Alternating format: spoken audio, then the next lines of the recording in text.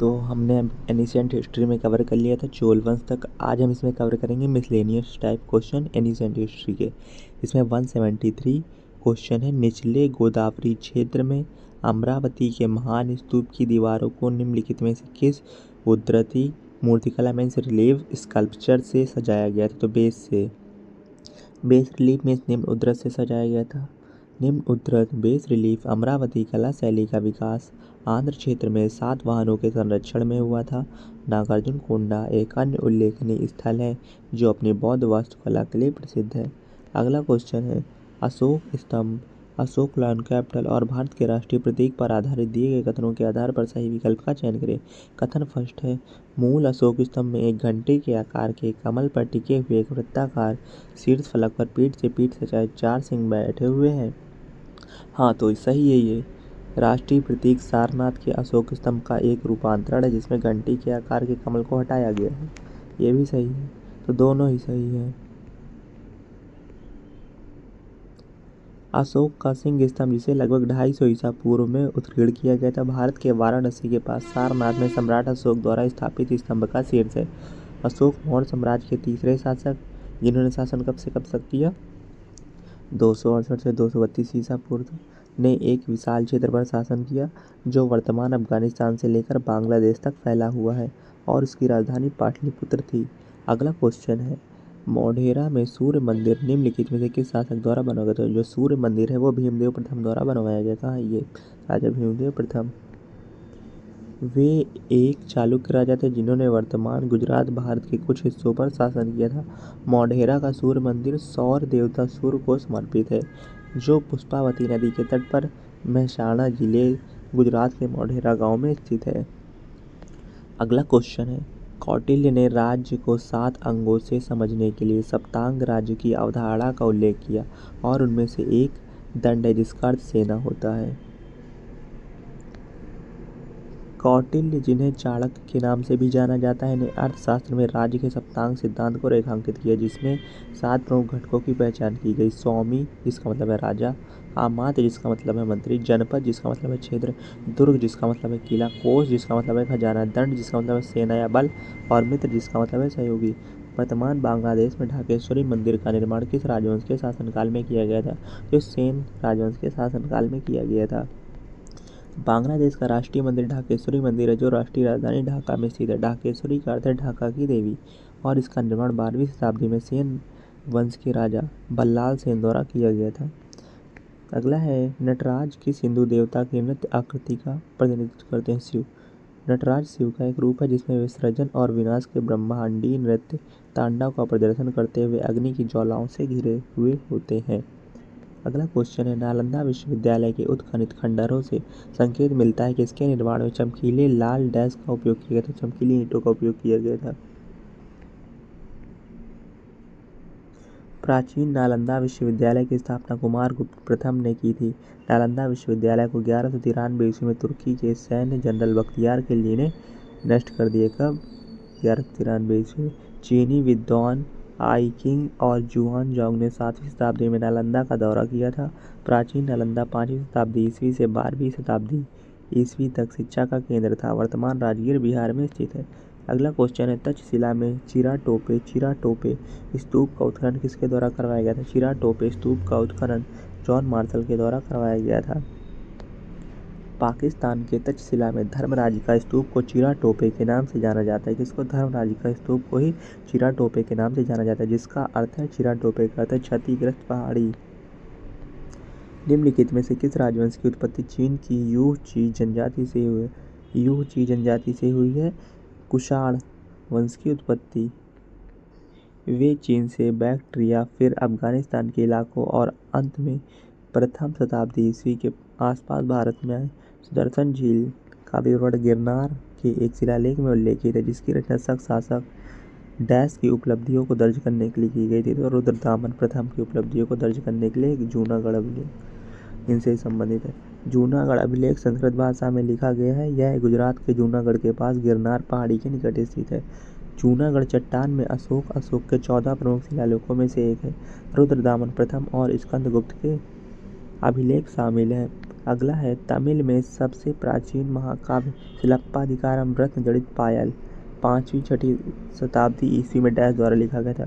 इलिंगो आदिकल द्वारा लिखा गया था। जो सिलप्पाधिकारम है इलिंगो आदिकल द्वारा लिखा गया। प्राचीन तमिल साहित्य को संगम साहित्य के नाम से जाना जाता है। संगम साहित्य में तोल्कापियम, एट्टुटुकाई, पट्टुकट्टु, पट्टुकट्टु, पाथीनिनक्कू और 2 महाकाव्य शामिल हैं, सिलप्पाधिकारम और मणिमेखले। मणिमेखले शीतलई सतनार द्वारा लिखे थे। प्राचीन तमिल की सबसे प्रारंभिक ज्ञात कृति है अगस्त्यम। अगला क्वेश्चन है 7वीं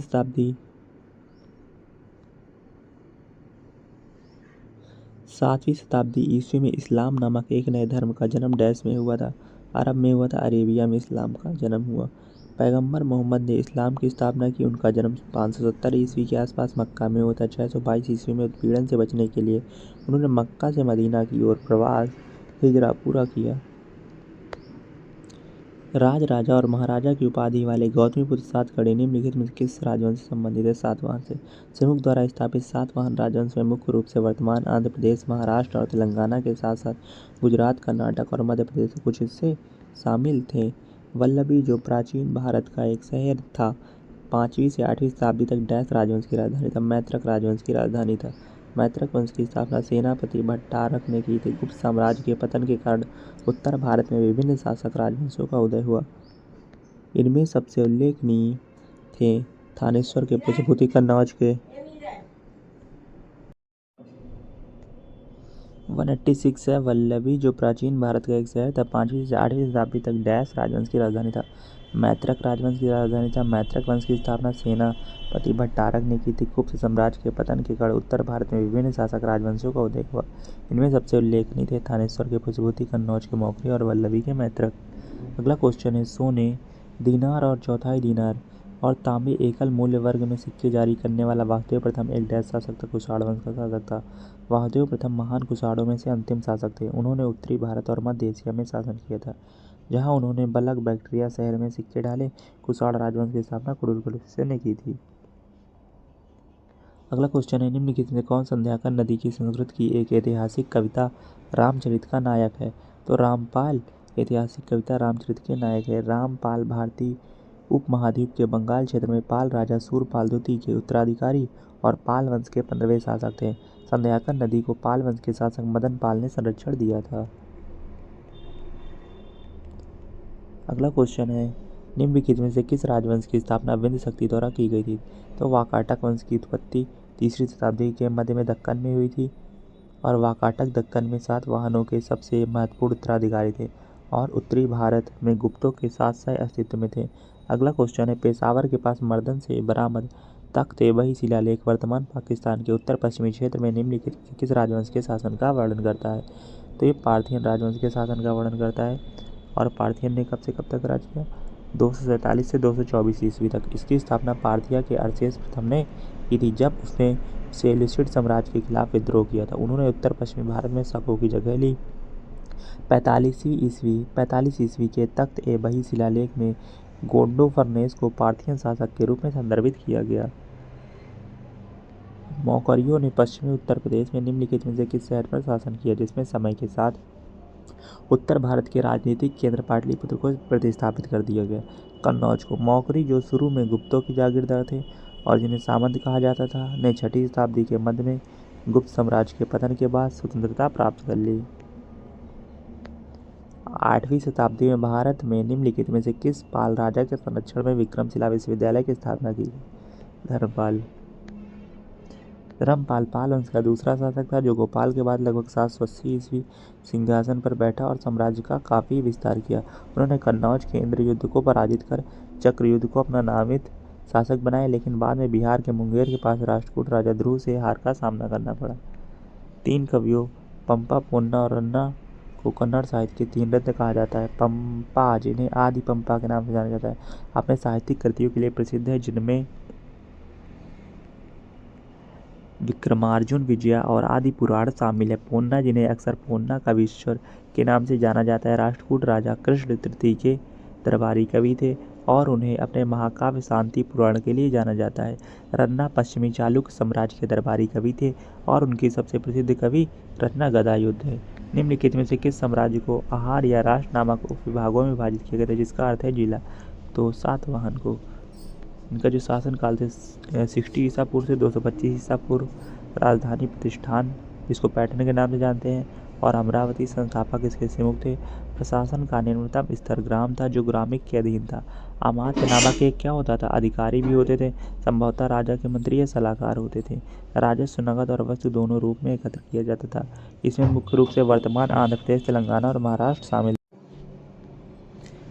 डैश तोल्कापियार द्वारा लिखित सबसे प्रारंभिक तमिल साहित्य, तो तोल्कापियम।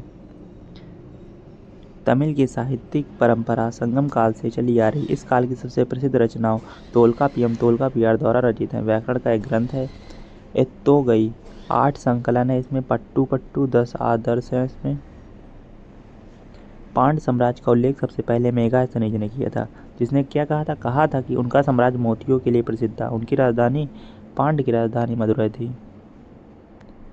मेगास्थनीज एक यूनानी राजनयिक और इतिहासकार था, जिन्होंने अपनी पुस्तक इंडिका में लगभग 300 ईसा पूर्व पांड्य साम्राज्य का उल्लेख किया था। पांड्य साम्राज्य एक प्राचीन तमिल साम्राज्य था, जिसने 6वीं शताब्दी ईसा पूर्व से 15वीं शताब्दी ईसा तक दक्षिण भारत के कुछ हिस्सों, विशेष रूप से तमिलनाडु पर शासन किया था। प्रायद्वीपीय भारत में निम्नलिखित में से कौन सा साम्राज्य उत्तरी महाराष्ट्र और विदर्भ पर शासन करने वाली स्थानीय शक्ति थी? तो विदर्भ पर वाकाटक ने शासन किया। विंध्य शक्ति ने 3री शताब्दी में वाकाटक वंश की स्थापना की। उनका इतिहास मुख्य रूप से ब्राह्मणों को जारी किए गए भूमि अनुदान घोषणा पत्र के माध्यम से जाना जाता था। मौखरी वंश ने आधुनिक समय पर उत्तर प्रदेश और बिहार के कुछ हिस्सों पर शासन किया। 10वीं शताब्दी में भारत में महारानी दिद्दा उत्तर भारत के निम्नलिखित में से किस क्षेत्र की शासिका बनी? तो जो दिद्दा है ये कश्मीर की शासक बनी। दिद्दा 980 से 1003 ईस्वी तक कश्मीर की शासक थी। दिद्दा से संबंधित अधिकांश ज्ञान राजतरंगिणी से प्राप्त होता है। आशीष कौल का उपन्यास Didda the warrior queen of Kashmir Didda के जीवन पर आधारित है। मध्य विलास प्रहसन के रचयिता महेंद्र वर्मन प्रथम निम्नलिखित में से किस शासक राजवंश से संबंधित है? तो जो महेंद्र वर्मन प्रथम है, जहाँ वर्मन मिलेगा वो सब पल्लव से हैं। पल्लव वंश 275 ईस्वी से 897 ईस्वी उन्होंने दक्कन के एक महत्वपूर्ण हिस्से पर शासन किया, जिसे तोंडई मंडलम के नाम से भी जाना जाता है, जिसमें वर्तमान तमिलनाडु और आंध्र प्रदेश के कुछ हिस्से शामिल थे। संस्थापक सिंह विष्णु अवनीसिंह हैं। प्रतिहार, जिसकी प्रथम राजधानी भीनमाल में थी, ने डैश के शासन के दौरान प्रख्यात प्राप्ति की? नागभट्ट प्रथम के शासन के टाइम पे। इनका शासनकाल 730 से 760 ईस्वी में था। नागभट्ट ने प्रतिहार वंश की नींव रखी। वह अरबों के विस्तार के दौरान उन्हें पराजित करने और गुजरात से ग्वालियर तक साम्राज्य विस्तार निर्माण के लिए जाने जाते थे, जिसने पूर्वी सिंध में आगे के अरब आक्रमणों को रोक दिया। शिलालेखों के अनुसार पुष्यमित्र शुंग निम्नलिखित में से किस देवता के भक्त थे? तो कृष्ण के भक्त थे। पुष्यमित्र शुंग ने अंतिम मौर्य सम्राट बृहदत्त मौर्य की हत्या के बाद शुंग साम्राज्य की स्थापना की। उन्होंने 184 ईसा पूर्व से 75 ईसा पूर्व तक शासन किया। शुंग यूनानी युद्ध के माध्यम से यूनानियों को बाहर निकाल दिया गया। शुंग साम्राज्य की राजधानी पाटलिपुत्र थी। निम्नलिखित में से किस पल्लव राजा ने वातापी बादामी पर कब्जा करके चालुक्यों को हराया था? तो पल्लव राजा ने हराया था वातापी बादामी पर कब्जा करके नरसिंहवर्मन फर्स्ट था पल्लव राजा। चालुक्य वंश के शासक पुलकेशिन द्वितीय ने 610 से 642 ईस्वी तक शासन किया और अपने साम्राज्य का विस्तार दक्कन क्षेत्र के अधिकांश भाग में किया।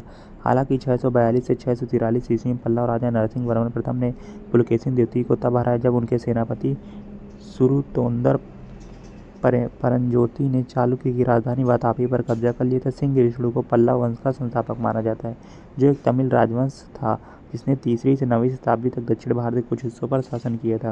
अगला क्वेश्चन है, मथुरा कला विद्यालय के संदर्भ में निम्नलिखित में से किस काल के दौरान कार्तिकेय, विष्णु और कुबेर जैसे ब्राह्मण देवताओं की कई मूर्तियाँ उकेरी गई थी? तो कुषाण के शासनकाल के दौरान। कुषाण साम्राज्य 1ली शताब्दी की शुरुआत में बैक्ट्रियन क्षेत्रों में यूझी द्वारा स्थापित एक समन्वित साम्राज्य था। मथुरा कला विद्यालय 1ली शताब्दी ईस्वी के दौरान कुषाण सम्राट कनिष्क के अधीन फला फूला। बादामी या वातापी चालुक्य मूल रूप से किस शक्ति के अधीन थे? कदम्ब शक्ति के अधीन थे। कदंब वंश ने वर्तमान कर्नाटक के वनवासी क्षेत्र से शासन किया, जो दक्कन क्षेत्र के प्रारंभिक मध्ययुगीन इतिहास में एक महत्वपूर्ण काल था। बादामी प्रारंभिक चालुक्य वंश की राजधानी थी, जिसने 543 से 598 ईस्वी तक इस क्षेत्र पर शासन किया। वाकाटक शासन के पतन के साथ चालुक्यों ने दक्कन में अपना प्रभुत्व स्थापित किया। पूर्वी भारत के पाल वंश के बारे में कौन सा कथन गलत है? तो धर्मपाल ने वल्लभी विश्वविद्यालय की स्थापना की, गलत है। जो वल्लभी विश्वविद्यालय की स्थापना मैत्रक साम्राज्य के राजा भट्टार्क ने की थी, न कि धर्मपाल ने। पाल राजवंश की स्थापना गोपाल ने लगभग 750 ईस्वी में की थी। धर्मपाल पाल साम्राज्य का दूसरा शासक था। निम्नलिखित में से कौन सा शासक कन्नौज के अधिकार के त्रिपक्षीय संघर्ष का हिस्सा था? पाल प्रतिहार राष्ट्रकूट ने किया था और यहाँ पाल से धर्मपाल। त्रिपक्षीय संघर्ष, जिसे कन्नौज त्रिभुज युद्ध के रूप में भी जाना जाता है, 8वीं और 9वीं शताब्दी में 3 राजवंशों बंगाल के पाल, मध्य भारत के प्रतिहार और दक्कन के राष्ट्रकूट के बीच हुआ था। पल्लव वंश के संस्थापक सिंह विष्णु 575 से 590 ईस्वी तक शासन किया। वे पहले पल्लव सम्राट, जिनका साम्राज्य दक्षिण में कांचीपुरम, कांची से आगे तक फैला हुआ था। उनका जो उदय है, कालाभ्रो को हराकर शाही पल्लवों के शासन की शुरुआत हुई। राजकीय उपाधियाँ: अवनी सिंह, पृथ्वी का सिंह। उनके दरबारी कवि भारवी ने किरातार्जुनी की रचना की। बिल्हन निम्नलिखित में से किस साम्राज्य के दरबारी कवि थे? तो विक्रमादित्य 6 के। चालुक्य वंश की स्थापना पुलकेशिन प्रथम ने 543 ईस्वी में की थी। उन्होंने वातापी, कर्नाटक के बागलकोट जिले में आधुनिक बादामी को अपने नियंत्रण में लिया और इसे अपनी राजधानी बनाया। उन्हें और उनके वंशजों को बादामी के चालुक्य के रूप में जाना जाता है। अगला क्वेश्चन है, निम्नलिखित में से कौन सा शहर पांड्य साम्राज्य का बंदरगाह था? कोरकाई पांड्य साम्राज्य का बंदरगाह था। पांड्य राजवंश 4वीं शताब्दी ईसा पूर्व से 17वीं शताब्दी ईस्वी तक राजधानी मदुरै। संस्थापक मुदाथी रुमारन, दंतिवर्मन या दंतिदुर्ग। निम्नलिखित में से किस राजवंश के संस्थापक थे? तो राष्ट्रकूट के। मान्यखेट राष्ट्रकूट साम्राज्य की राजधानी थी। एलिचपुर वंश, जो शुरू में बादामी चालुक्यों का सामंत था, दंतिदुर्ग के अधीन चालुक्य शासक कीर्तिवर्मन द्वितीय को पराजित करके और गुलबर्ग क्षेत्र में एक साम्राज्य स्थापित करके सत्ता में आया। यह वंश मान्यखेट के राष्ट्रकूट के रूप में जाना जाता था, जो महाराष्ट्र कर्नाटक क्षेत्र में एक महत्वपूर्ण शक्ति के रूप में उभरा। राष्ट्रकूट वंश के कृष्ण तृतीय ने चोल शासक परांतक प्रथम को पराजित करने के बाद दक्षिण भारत के किस शहर में एक विजय स्तंभ और एक मंदिर की स्थापना की? तो इन्होंने रामेश्वरम में की। कृष्ण तृतीय, जिसका कन्नड़ नाम कन्नारा था, 939 से 967 ईस्वी राष्ट्रवंश के अंतिम महान योद्धा और योग सम्राट थे। इनके संस्थापक थे दंतिवर्मन। इसकी राजधानी मान्यखेट थी। परांतक प्रथम को मदुरै पांड्यों की राजधानी के विध्वंसक के रूप में जाना जाता था। आंध्र